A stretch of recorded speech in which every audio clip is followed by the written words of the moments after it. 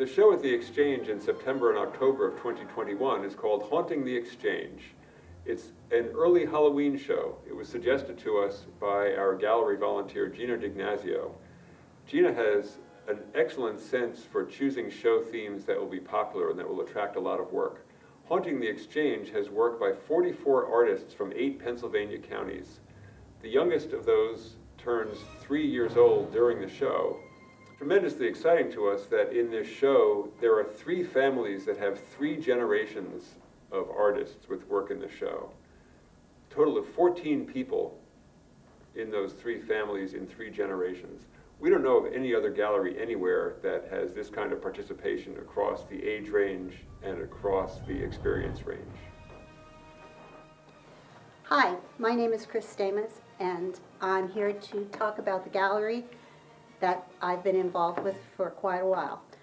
I'm very excited to explain my picture here. This picture I did a long time ago, and I didn't think I had anything to put in the gallery for this particular exhibit.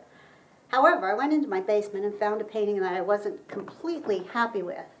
And I looked at it, I thought, it needs something. So I applied the little critter. Then I felt as though it fit into the program. The things that are going on here in the gallery are very exciting. This time I have some of my daughter's pictures, some of my grandkids, Michael and Rosie. And it's great to see that there's a place where they can show their interest in art, not necessarily their talents, but the fun that it is to stay involved in the arts. I'm Laurie McAllister, recently retired after 40 years and more with the Bloomsburg Theater Ensemble, which is just around the corner from this beautiful gallery. We are so happy to have the Exchange here, the art gallery that is so inclusive and wonderful and welcoming to artists of all ages and all skill levels. It's just a beautiful thing in our downtown, in our beautiful downtown. And when I saw that the theme for the October show was going to be the haunting, I decided to make a piece for the show. This is a toy theater. Toy theaters were popular entertainment forms in the Victorian age. Kids and their families would make toy theaters and set them up in their living rooms, and they were the at-home theaters of the day. So in the toy theater version of actually performing this piece, I would show a little photograph from Victorian times of a recently deceased child. This was a popular thing that was done then, and of course a lot of children died during that era.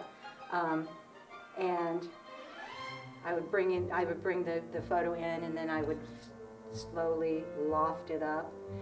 There are little pieces here that would have, in the performance of the toy theater piece, I would bring in and out of the little toy theater. Now I have them set up like a diorama.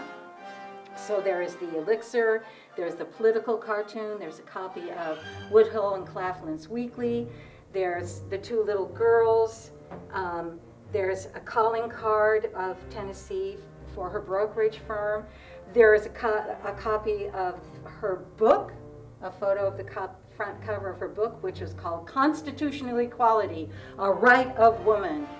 And then there's a ghost, which makes the piece appropriate for this current exhibit, which is called The Haunting of the Exchange.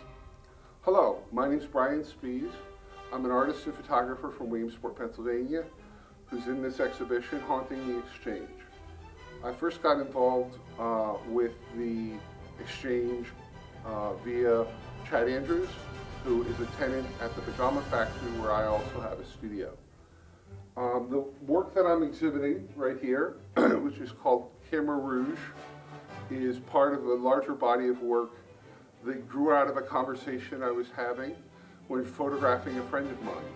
She said, wouldn't it be great to do some Halloween shots? Me and her never did the Halloween shots, but I went and bought a ton of Halloween gear and masks and all that kind of stuff and just started shooting them. That was about a year ago. This photograph was also in an exhibition that was Halloween themed last year out in Oregon.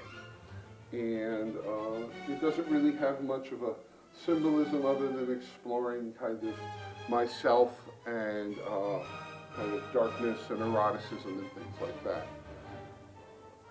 I like participating in shows here at the Exchange because it's a good opportunity to see work made by people from a diverse diverse amount of backgrounds, and for them to see my work. And I like the fact that it's very community focused. Like I said, am an artist at the Pajama Factory, where I run a nonprofit darkroom there. Film photography is my passion. I got out of photography for about 10 years after I graduated from college, but eventually got back into it after graduate school. And I love what I can do with a camera, and specifically what I can do in the darkroom. And this print here was created in the darkroom using traditional silver gelatin techniques. And the paper is basically a watercolor paper that is light sensitive. And the redness in it came from dyeing the prints. So after I print them in the darkroom and they've washed and dried, what I do is I dip them in a combination of synthetic and natural dyes that I have concocted in various different colors, and soak them in that. And sometimes there's multiple dyes and multiple colors for each dye, and then they dry and you get this reddish hue. One of the things I love about this photograph is I'm wearing white nail polish, which, because it's a black and white photograph, makes my nails look especially white, which when they're dyed, they're probably the brightest red in the photograph, which I really love. How something as simple as what nail polish I was wearing changed how the dyeing took. And I'm really excited and honored to be in this show. And I appreciate the opportunity to be in the show, and I appreciate everything that the Exchange does here. Hi, my name is Tara McNish, and I've put 2 pieces in this month's show. I'm a multifaceted artist, so I use recycled materials, upcycling, as well as acrylic on canvas that I buy that have already had paintings on them, and then I reuse them. So my idea is also with my life's values, to recycle, reuse, and to reduce my global footprint. And through art, I can do that. I do I do random art where I put things that I found in the trash can, a garbage, such as this one. I found this piece with something else being constructed on it, as well as this piece here that I ended up gluing back together the hands and taking off the glove that somebody had probably done for an art show. However, I found a use in it when they did not, and it was in a dumpster. Looking at my acrylic piece, I look at the more esoteric side of things, and open your mind type mentality, where you can not look at just the constructs of our regular society, our regular beliefs, but trying to take a step outside those and see other alternatives for daily growth. A lot of my stuff has a lot of hidden meanings, a lot of things that you'll probably need to research on in order to find those meanings, and that's the secret. That's the whole process that I like to use, is there's going to be something with a secret in it, and if you're willing enough to take a look at it, and willing enough to take time and effort into going and doing your research on some of the things, this one being called the muted man. The muted man is, it's a hand with an eye on it, so there's no vocal structure enabling him to talk. However, it's a figure of a man with an eye, so most see and don't talk. You know, you're a better listener at that point. As far as this one goes, I understand that there are a lot of different avenues as far as religion goes, and different avenues as far as belief goes. However, I am impartial to all of them, and I'm just exploring in my own realms of understanding, as being somebody that has been grown up in a versified household.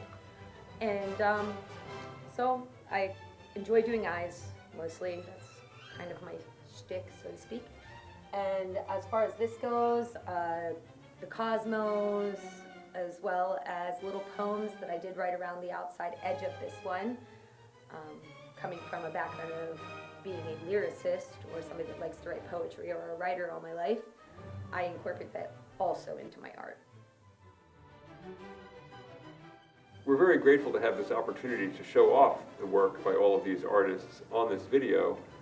We look forward to seeing you here at the gallery at 24 East Main Street in Bloomsburg, and we look forward to having your work here as well.